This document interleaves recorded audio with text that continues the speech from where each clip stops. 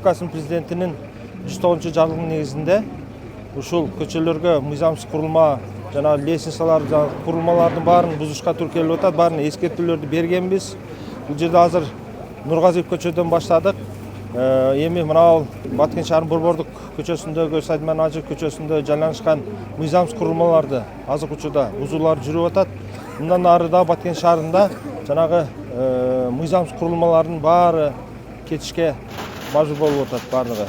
Ошонун негизинде баардык жеке ишкерлерге дагы эскертүүлөр берилген. Мындан бир жума мурда дагы губернаторубуз Айбек Асановичтин демилгеси менен жеке ишкерлер менен жолугушуп, баарына түшүндүрмөнү беришкен, эч ким каршы болуп чыккан жок.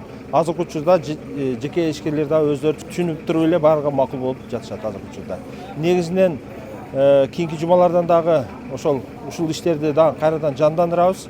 Андан сырткары айтып кете турган нерсе, урматтуу Баткен шаарынын тургундары жанагы кызылсыздыктан чыккандардын баарын өзүңүздөр билип туруп эле алышыңыздар керек. Албасаңыздар мына мэрия тараптан бузуулар болот.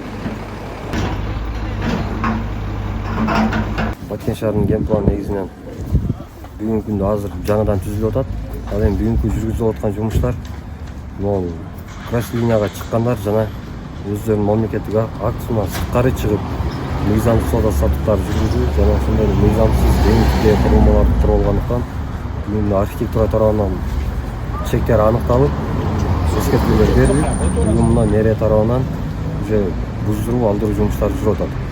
Мындан ары эми ар бир жаран кандай курулуштун түрүнө карабастан курулуш куруу алдында архитектура башкармалыктарынан сөзсүз түрдө уруксат кагыздарын алуу керек.